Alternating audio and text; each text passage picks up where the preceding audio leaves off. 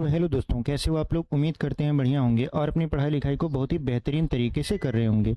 तो आज हम लोगों का है डे 2, जहां पर हम लोग वास्तविक संख्या के आगे के प्रश्नों को हल करेंगे।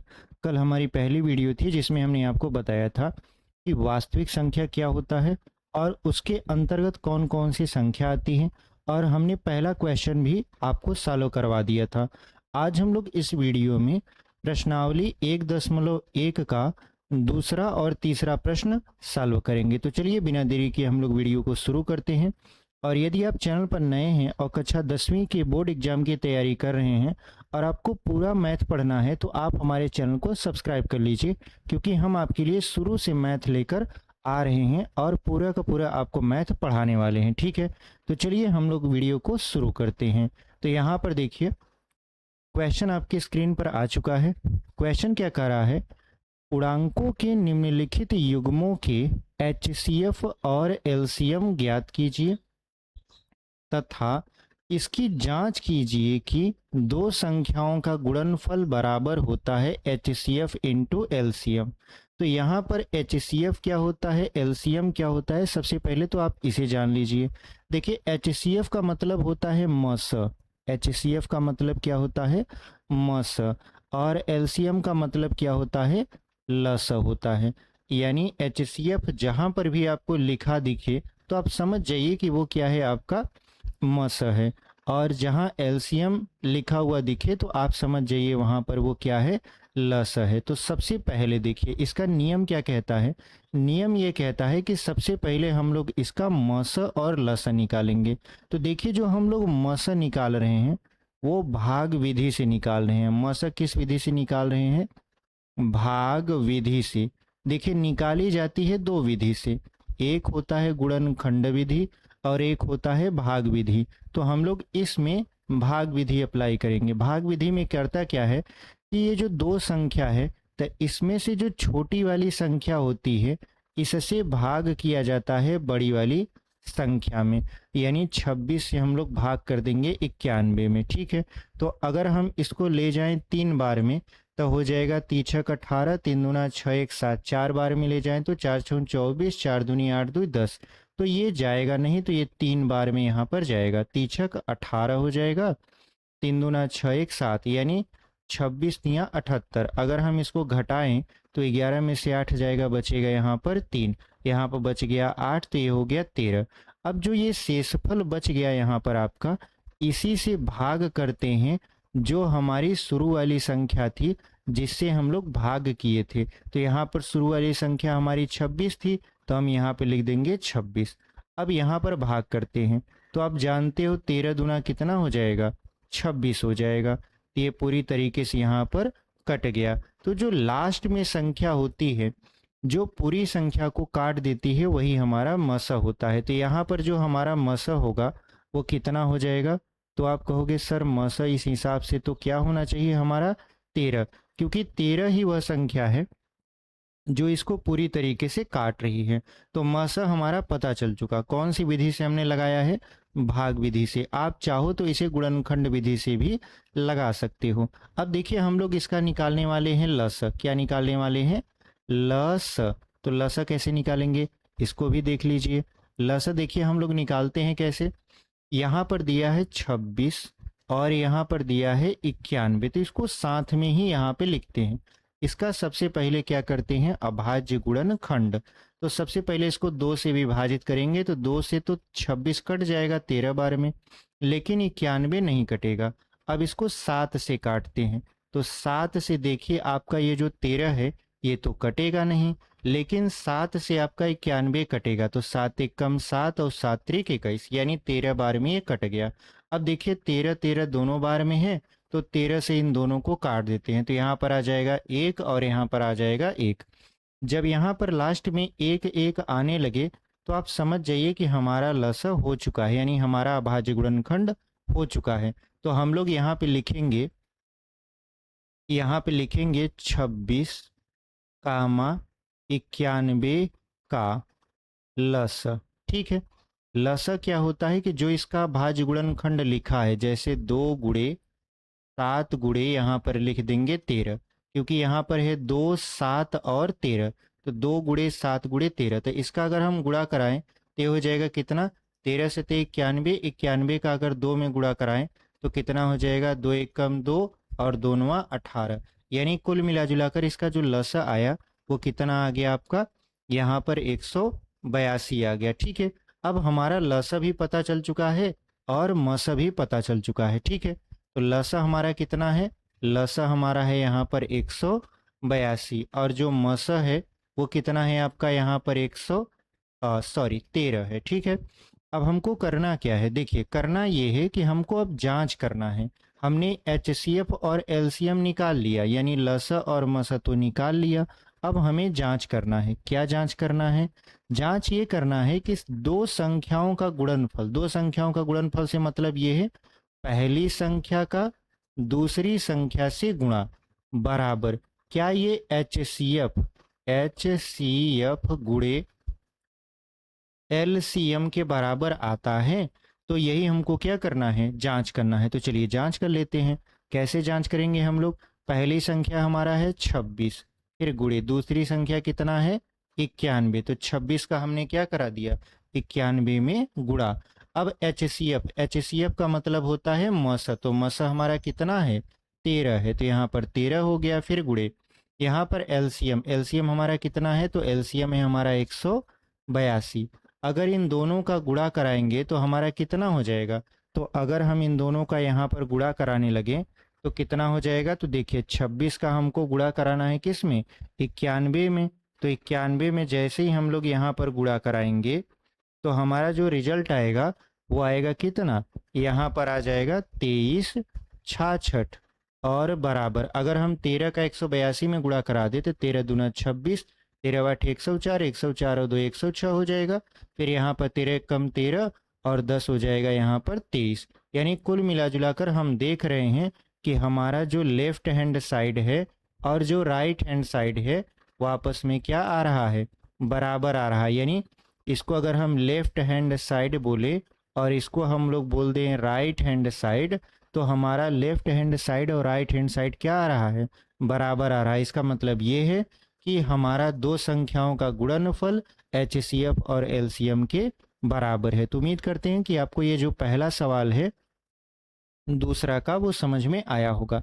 बहुत ही बेहतरीन तरीके से, बहुत ही सरल तरीके से हम आपको समझा रहे हैं। ठीक है, और जो भी साथी अभी तक वीडियो को शेयर नहीं किए हैं वो अपने आसपास जो भी बच्चे पढ़ रहे हैं उनके पास इतनी फ़ी नहीं है, इतने पैसे नहीं है कि वो कोचिंग पढ़ पाएँ कहीं ऑफलाइन, तो उनके पास ये वीडियो ज़रूर शेयर कर दीजिए ताकि वो भी आराम से अपने सिलेबस को कंप्लीट कर पाएँ। ठीक है, तो चलिए हम लोग यहाँ पर क्या करते हैं, दूसरे सवाल की तरफ बढ़ते हैं। तो हमारा दूसरा सवाल आपके स्क्रीन पर आ चुका है। दूसरा सवाल क्या कह रहा है यहाँ पर देख लेते हैं।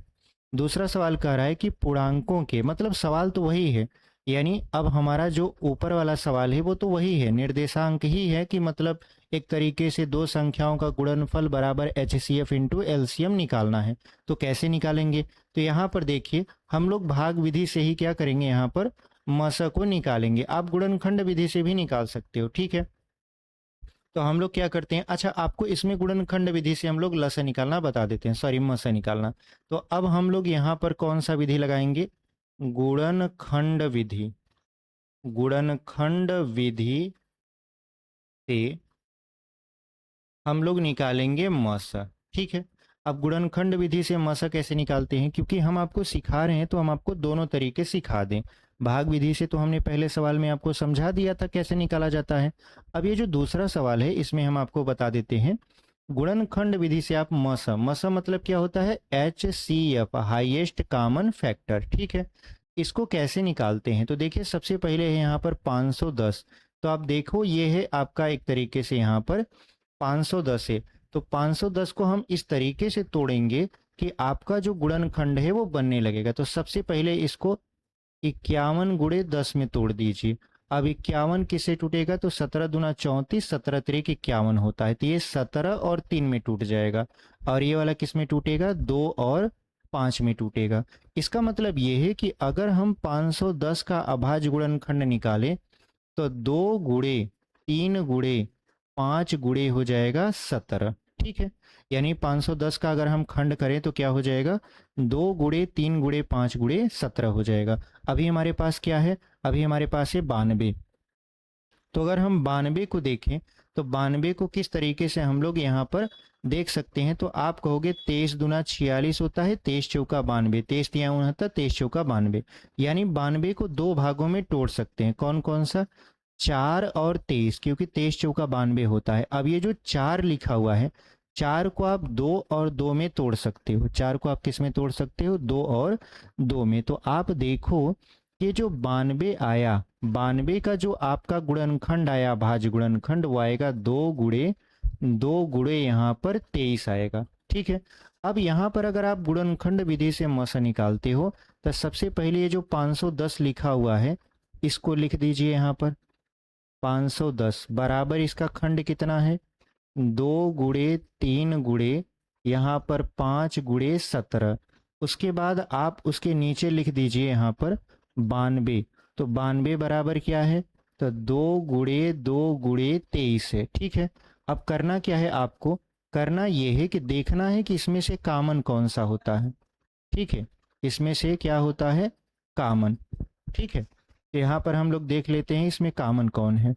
हाँ, तो चलिए हम लोग यहाँ पर देख लेते हैं कि इसका मस क्या होगा। देखिए मस निकालने का तरीका गुणनखंड विधि से ये कहता है कि जो भी संख्याएं कॉमन हैं केवल उन्हीं को लिखा जाएगा, बाकी सबको छोड़ दिया जाएगा।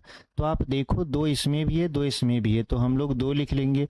उसके बाद कोई कॉमन संख्या है क्या, नहीं है। इसका मतलब ये है कि आपका मस कितना आ जाएगा, 2 आ जाएगा। ठीक है। आप चाहो तो यहीं से लस भी निकाल सकते हो, आप चाहो तो यहीं से क्या निकाल सकते हो, लस।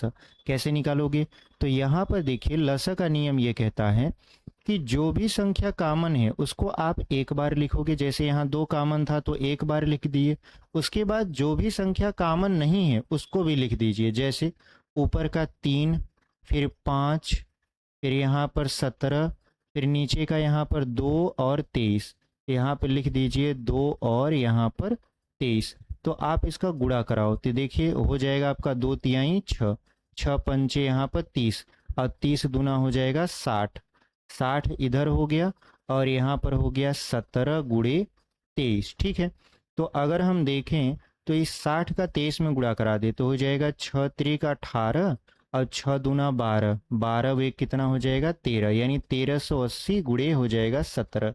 तो अगर हम इसका गुणा कराएं तो 17 जीरो हम जीरो, 17 अट्ठे 136, हासिल लगेगा 13, 17 त्रिक 51, 51 में अगर हम 13 जोड़ेंगे तो हो जाएगा आपका यहाँ पर 64, फिर 17 एकम 17 6 कितना हो जाएगा 23 हो जाएगा। एक कुल मिला जुला कर इसका जो मसा आया वो आया 23460। ठीक है। अब हमको करना क्या है, हमको करना ये है कि हमको अब जांच करना है, जांच करना है किसका, पहली संख्या गुणे दूसरी संख्या बराबर HCF गुणे LCM। ठीक है। अगर हमारा ये सवाल सही है तो हमारा पहली संख्या गुणे दूसरी संख्या बराबर क्या हो जाना चाहिए, HCF गुणते LCM, जैसा कि यहाँ पर दिया था। तो चलिए हम लोग यहाँ पर क्या करते हैं, पहली संख्या और दूसरी संख्या का गुणा करवाते हैं। तो पहली संख्या है हमारा 510 और दूसरी संख्या है 92, और इधर आपका जो HCF है वो है 2 और LCM है आपका कितना, तो आप कहोगे सर LCM जो हमारा है वो है 23, उसके बाद 460। तो हम लोग इसका गुणा करवाते हैं। तो यहाँ पर अगर आप गुणा करवाओगे तो 510 का हम लोग किस में गुणा करवा देंगे, तो 510 का हम लोग गुणा करवा देंगे यहाँ पर 92 में। ठीक है। तो जैसे गुणा करवाओगे आप तो आप देखोगे ये आ जाएगा 46920 बराबर, अगर हम इसमें गुणा कराएंगे तो 60 दूना 120, यानी इधर भी आ जाएगा कितना 46920। तो आप देखो कि हमारा जो लेफ्ट हैंड साइड है वो बराबर हो चुका है किसके, राइट हैंड साइड के। इसका मतलब ये है कि हमारा जो आपका पहली संख्या गुणे दूसरी संख्या है वो बराबर हो चुका है किसके, मस गुणते लस के। तो उम्मीद करते हैं आपको ये सवाल बहुत ही बेहतरीन तरीके से समझ में आया होगा। हम आपको एकदम स्टेप वाइज समझाते हुए चल रहे हैं, ऐसा कोई भी स्टेप नहीं है कि हम बीच में यहाँ पर आपका छोड़ रहे हैं, ताकि आपको बहुत ही बेहतरीन तरीके से समझ में आए। देखिए, जब तक आपको चीज़ें समझ में नहीं आएंगी, आप वीडियो देखोगे नहीं। आप वीडियो इसीलिए देख रहे हो ताकि आपको चीज़ें अच्छे से समझ आ रही है। तो आप इसी तरीके से पूरा का पूरा जब वीडियो देखोगे, तो आपको सारा चीज़ समझ में आ जाएगा कि हम लोग कहाँ कौन सा चीज़ कर रहे हैं। और आप अगर नोट डाउन नहीं कर रहे हो, तो आप नोट डाउन भी करते चलिए, ठीक है। तो चलिए, हम लोग इस सवाल को बहुत ही बेहतरीन तरीके से सॉल्व कर लिए हैं। इसमें हमने आपको सिखा भी दिया कि गुणनखंड विधि से आप मसा कैसे निकालते हो और लसा कैसे निकालते हो, ठीक है। तो चलिए अगले सवाल की तरफ चलते हैं हम लोग। अगला सवाल क्या कर रहा है आपका? देखिए, अगला जो हमारा सवाल है वो भी बहुत ही बेहतरीन तरीके से है। कह रहा है कि 336 है और ये है आपका 54, ठीक है। तो हम लोग क्या करेंगे, इसमें भाग विधि से लगा देंगे। भाग विधि से लगाने पर थोड़ा सा यहाँ पर सरल होता है। तो भाग विधि से लगाएंगे तो क्या हो जाएगा, 54 का भाग कर देंगे 336 में, ठीक है। हम लोग निकाल क्या रहे हैं, तो हम लोग देखिए इसमें निकाल रहे हैं मस। क्या निकाल रहे हैं यहाँ पर, आप लिख सकते हो, हम लोग यहाँ पर निकाल रहे हैं मस। वो भी कौन सी विधि से, तो भाग विधि से। तो देखिए 54 से अगर हम भाग करेंगे तो 6 बार में ले जाएं तो ये हो जाएगा आपका कितना, 6 चौक 24 और 6 पंचे 30, 30 और 2 32। अगर हम इसको ऐसे घटा दें तो यहाँ पर आ जाएगा 2 और यहाँ पर आ जाएगा 1, ठीक है। तो इस तरीके से ये हो गया 12। तो 12 से हम लोग फिर से भाग करेंगे किस में, 54 में। तो ये हो जाएगा 12 चौक 48 और 12 पंचे 60 होता है, तो 4 बेरिया में गया तो कितना हो जाएगा, 12 चौक 48। अब देखिए 14 में से 8 जाएगा, बचेगा 6। ये जो 6 बच गया इससे भाग करेंगे इस 12 में, तो 6 दूना के कितना हो जाएगा, 12 हो जाएगा। इसका मतलब ये है कि ये पूरी तरीके से कट गया। काट कौन रहा है, तो आप कहोगे सर काट रहा है 6, तो 6 हमारा क्या हो जाएगा, मस। तो हम यहाँ लिख देते हैं मस बराबर कितना हो गया आपका, 6 हो गया, ठीक है। मस आपका कितना आ गया, 6। अब हम लोग क्या निकालते हैं, लसा निकालते हैं। तो चलिए लसा भी निकाल लेते हैं। लसा कैसे निकलेगा, तो यहाँ पर हम लोग क्या करेंगे, यहाँ पर हम लोग लिखेंगे 336 और ये हो जाएगा आपका कितना, 54। अब हम लोग इसका क्या निकालेंगे, यहाँ पर लसा निकालेंगे। तो सबसे पहले 2 से काटते हैं, तो 2 एक कम 2, फिर हो जाएगा 2 छम 12, 2 आठे 16, ये हो जाएगा 2 दूना 4 और 2 सत्ते 14। फिर यहाँ पर 2 से काटेंगे, तो 2 से काटेंगे तो ये हो जाएगा 2 आठे 16, 2 चौक 8, लेकिन ये 27 वाला कटेगा नहीं, तो 27 को एज इट इज लिख देंगे। अब ये फिर से 2 से काटेंगे तो ये हो जाएगा 2 चौक 8, फिर 2 दूना 4 और इधर हो जाएगा 27, क्योंकि 27 से तो मतलब 27 तो 2 से कट भी नहीं करता। अब हम लोग क्या करेंगे, फिर से यहाँ से 2 से काटेंगे, ये हो जाएगा 2 दूना 4 और 2 एक कम 2 और यहाँ हो गया ये 27। अब देखिए 2 से नहीं कटेगा तो किससे कटेगा, 3 से कटेगा। तो 3 से काटते हैं, 3 सते 21 और 3 नवा 27। अब देखिए यहाँ पर ये जो 3 है, 3 से फिर से इसको काटते हैं, तो 3 दूना 6, कटेगा नहीं। तो जब कटेगा नहीं तो क्या हो जाएगा, यहाँ पर देखिए, यहाँ पर जब ये कटेगा नहीं तो ये हो जाएगा 7, लेकिन ये 9 कटेगा, 3 त्रिक का 9 हो जाएगा। अब फिर से 3 से काटते हैं तो ये हो जाएगा आपका 7, कटेगा नहीं, ये कट जाएगा, 3 एक कम 3। अब 7 को 7 से काटते हैं तो ये हो जाएगा 1 और ये हो जाएगा 1। यानी आपने देखा कि ये काफ़ी लंबा चौड़ा क्या गया, हमारा अभाज्य गुणन खंड गया, लेकिन उससे हमको कोई दिक्कत नहीं है। तो हम लोग यहाँ पे लिखेंगे 336 कामा 54 का लस कितना आएगा। तो आप कहोगे सर इसका जो अभाज्य गुणनखंड निकाले हो आप, इसका आपस में गुणा करवा लीजिए। तो हम लोग गुणा करवाते हैं, तो 2 गुणे यहाँ पर हो जाएगा 2, कितने 2 हैं, तो आप कहोगे 1 2 3 है 4 है, 4 ठो तो 2 हमारे पास है तो लिख दिए। उसके बाद 1 2 और 3, 3 ठो हमारे पास 3 है तो लिख दिए ऐसे। उसके बाद क्या है, लास्ट में 7 है। तो इसका जब गुणा करवाएंगे तो देखिए क्या हो जाएगा। अगर हम यहाँ पर गुणा करवाने लगे तो आप कहोगे सर देखिए 2 दूना 4, 4 दूना 8, 8 दूना 16, 16 तिया हो जाएगा 48, ठीक है। अब यहाँ पर कितना हो जाएगा, 48 हो जाएगा।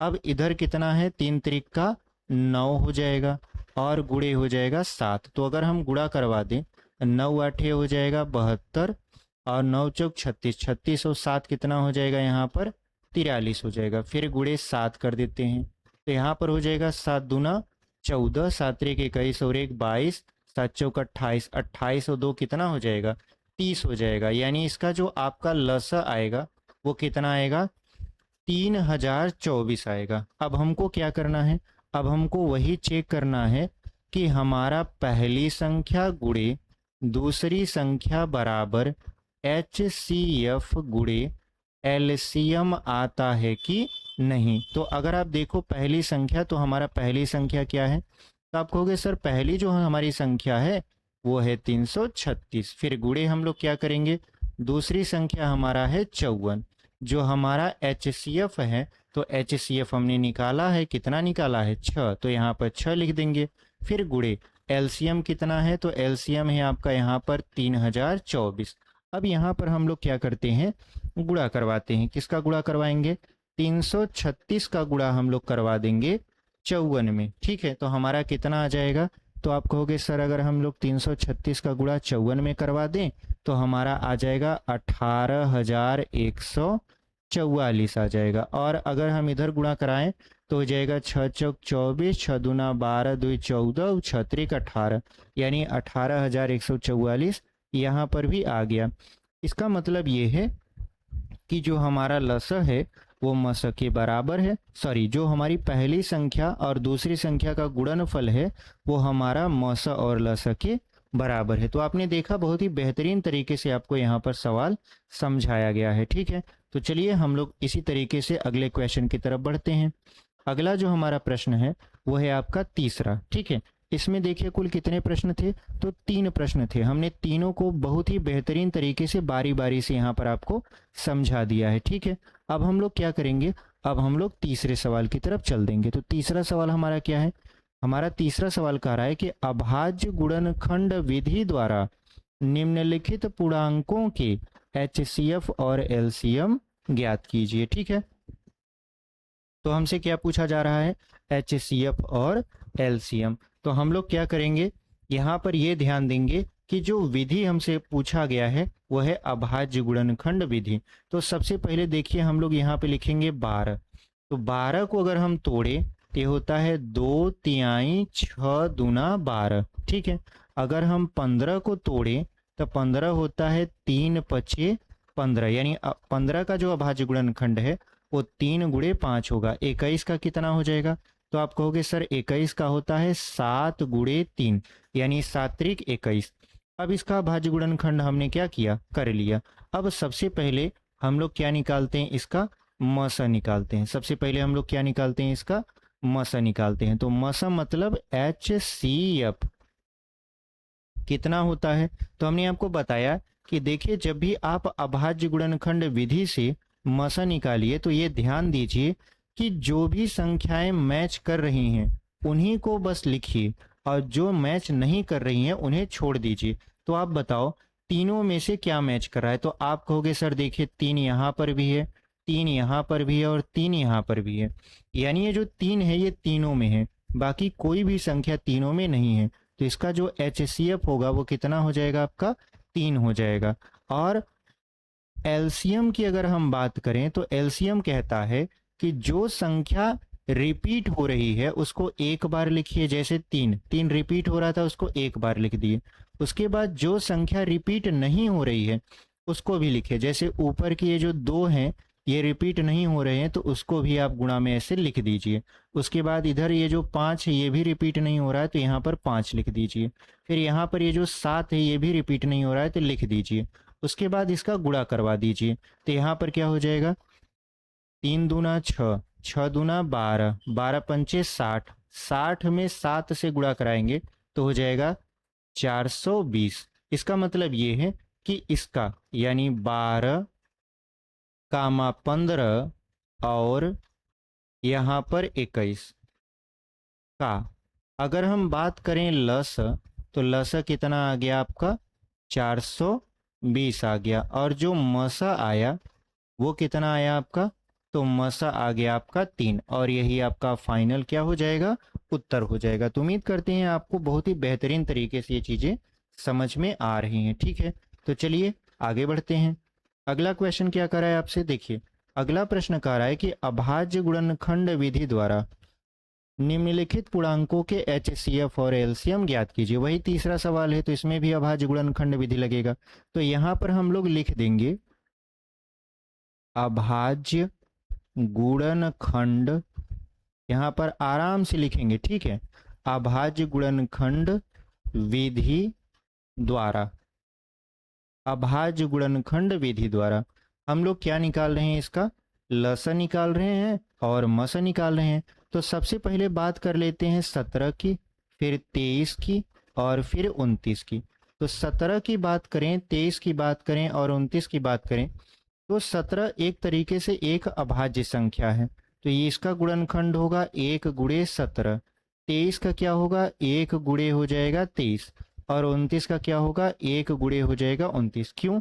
क्योंकि ये खुद से और एक के अलावा किसी से कटेंगे ही नहीं, इसलिए इनका जो खंड आया वो 1 गुणे 17, 1 गुणे 23, 1 गुणे 29 है। अब हम लोग क्या करते हैं, अब हम लोग इसका निकालते हैं मस। तो यहाँ पर हम लोग लिखेंगे मस यानी HCF। क्या निकाले हैं, HCF।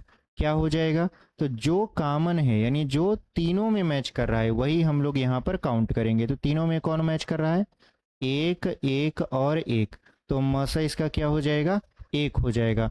अब बात कर लेते हैं लसा की यानी LCM की, जिसको हम लोग क्या बोलते हैं, लसा बोलते हैं। तो लसा में क्या होगा कि जो संख्या मैच कर रही है उसको एक बार, जैसे 1 यहाँ पर मैच कर रहा है तो इसको एक बार, और जो नहीं मैच कर रहा है उसको भी यहाँ पर हम लोग लिखेंगे, जैसे 17, 23 और उसके बाद क्या है 29 है। अब इसका हम लोग क्या करवा देंगे, गुणा करवा देंगे। तो जैसे ही हम लोग यहाँ पर 17 और 23 और उसके बाद 29 का गुणा करवाएंगे, तो जो हमारा रिजल्ट आएगा वो कितना आने लगेगा, यहाँ पर 11, 33 और 9। आप जब गुणा करवाओगे इसका तो आएगा 11, 33, 9 और यही आपका क्या हो जाएगा, आंसर हो जाएगा, ठीक है। तो इस तरीके से हमने इस सवाल को भी बहुत ही बेहतरीन तरीके से सॉल्व कर लिया। चलिए आगे बढ़ जाते हैं। अगला सवाल क्या कर रहा है आपका, अगला हमारा जो सवाल है वो है 8, 9 और 25। तो हम लोग यहाँ पर फिर से वही लिखेंगे। क्या लिखना है आपको, अभाज्य, यहाँ पर गुणनखंड, गुणनखंड विधि से, ठीक है, अभाज्य गुणनखंड विधि से। अगर हम बात करें अभाज्य गुणनखंड विधि से, तो हमारा यहाँ है 8, यहाँ है 9 और यहाँ है 25।